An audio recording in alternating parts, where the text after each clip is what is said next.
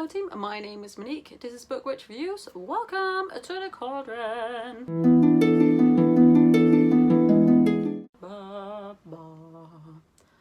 Today we're going to talk about some of my 5-star predictions for the upcoming year.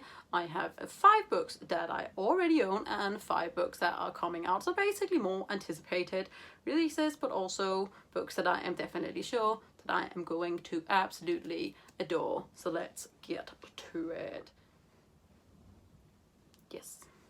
First up, we got Truth Witch by Susan Dennard. I just spoke about this book in my FebruWitchy readathon, which I will link down below.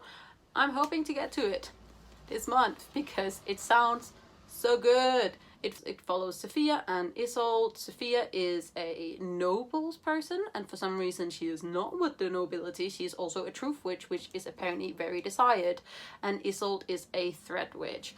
And somehow they have gotten together and become and bonded as sisters, and I'm hoping for found family and sisterhood and just witchiness, and it's supposed to be so good, and people who read it love it so much, and I can't wait to get to it, and I'm hoping to give it 5 solid stars. Next up is a book that was on everyone's lips not that long ago, The Ninth House by Leigh Bardugo. This is a dark academia book, I believe, that follows Alex Stern, who is a girl who can apparently see and maybe speak to ghosts, and she sort of gets dragged into this Yale occult society that is meant to keep like the Yale upper class, all the people that know magic, in order, and it just sounds so good and so dark and witchy without witchiness, and I don't know how I'm going to feel about this. A lot of people have obviously read this book because they love Leigh Bardugo and love her Shadow and Bone trilogy. I read the first Shadow and Bone, wasn't crazy about it. I'm going to read it again, but I'm hoping that because this is an adult magical realism sort of book, that I will love it even more and stamp it with that 5-star stamp. Yeah. Stop.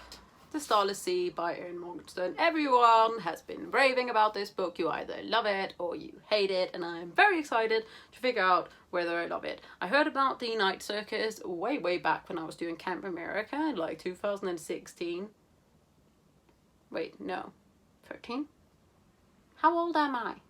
2013, and this book sounds glorious. It is a book for book lovers. I believe we have a young boy who finds a manuscript in his campus library, and he starts reading about all of these different worlds, and then suddenly turns a page and reads a story about himself or his childhood, and I am super stoked for this book. Also, how glorious is this Illumicrate edition. I do love the Waterstones cover so much that I am almost at the point of getting another copy of this book, which I do not do, but I want to.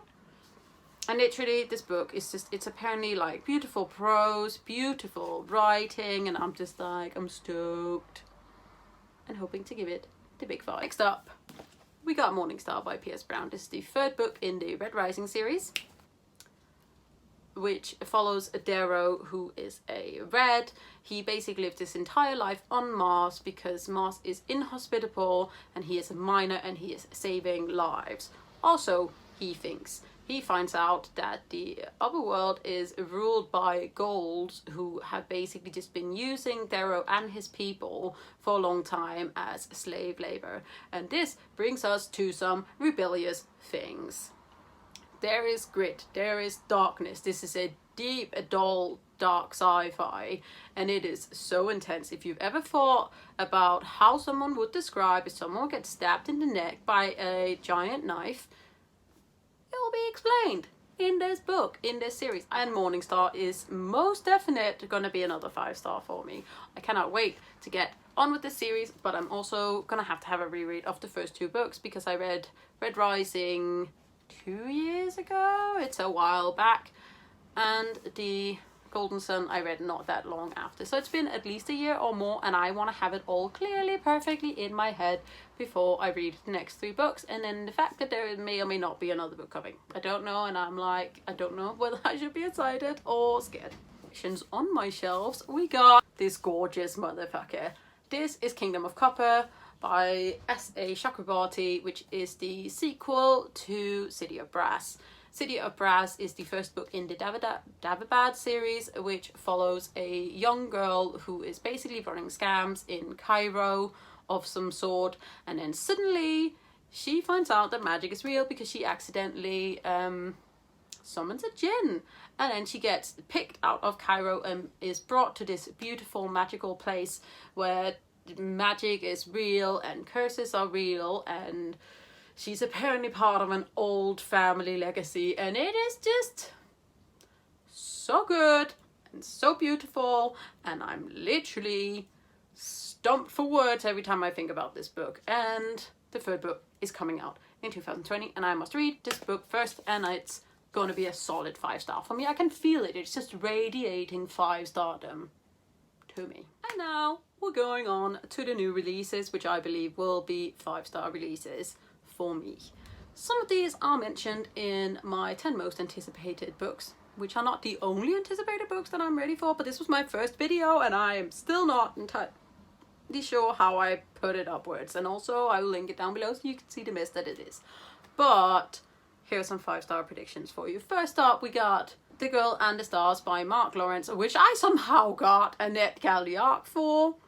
I'm screaming. I'm gonna read it real soon. If I hadn't like locked myself into FebruWitchy, and I'm actually doing really good at my TBR for that, I would be reading The Girl and the Stars right now. This is a book set in the Red Sister universe, which is also called The Book of the Ancestor, because I can remember stuff. It is sci-fi-ish, almost dystopia in this weird world that is covered in ice, and it is supposedly following a girl who has always had like death stamped on her. And I can't figure out how to summarize this book other than the fact that I'm just so stoked for reading it, and it is just I'm so excited. It's gonna be 5 stars. It's gonna be 10. It's gonna be all of the stars. Ding, ding, ding, ding, ding, ding, ding. All of them. Next up, we got Crescent City by Sarah J Maas, which I am trash for. I am trash for Sarah J Maas. Okay, I'm gonna go see her live in London in March. I cannot wait. It's coming out on the 3rd of March, I believe. I'm gonna get my 1 copy. I'm gonna try to read it before I meet her, and then I'm gonna have a lovely time. This is apparently an urban fantasy-ish sort of book following a girl who is dragged into this murder investigations, and then there's a fallen angel who has to become her bodyguard, and it's Sarah J Maas. There's supposed to be drama and love and sassy characters, and it's supposed to be thick as fuck, and I am stoked, and I'm absolutely sure it's going to be 5 stars, and if it isn't, then I will cry my heart out and most likely still love it. Yeah boy. Up we got Queen of Coins and Whispers by Helena Cochrane, I believe is her name, is coming out on the 6th of April. It is a book about treachery and kingdom, and our main character is basically has inherited this corrupt kingdom, and to save it she hires a spy master. And the spy master is a girl, and there is supposedly some loving romance going on in there. There's just traitors and money, and how much is she willing to give up, and it's all fantasy and all supposed to be delicious, and I cannot wait. And I love me some female fantasy, and I just feel like it's gonna be a 5. I feel like it's gonna be 5 for me, just so I can stamp that 5 on there.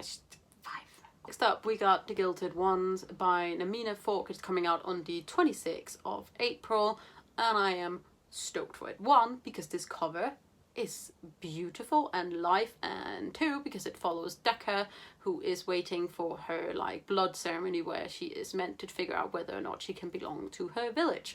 And basically her blood is not red, it's gold, so that is a death sentence in this fantasy universe, until this mysterious stranger pops up. Can you see I have a theme? I love a good mysterious stranger popping up out of nowhere, and basically offers her a place with this elite social guard for the people like her who have magical abilities or golden blood. And I don't know too much about this other than the fact that I really, really, really, really, really want to read it. Because it looks stunning and sounds great.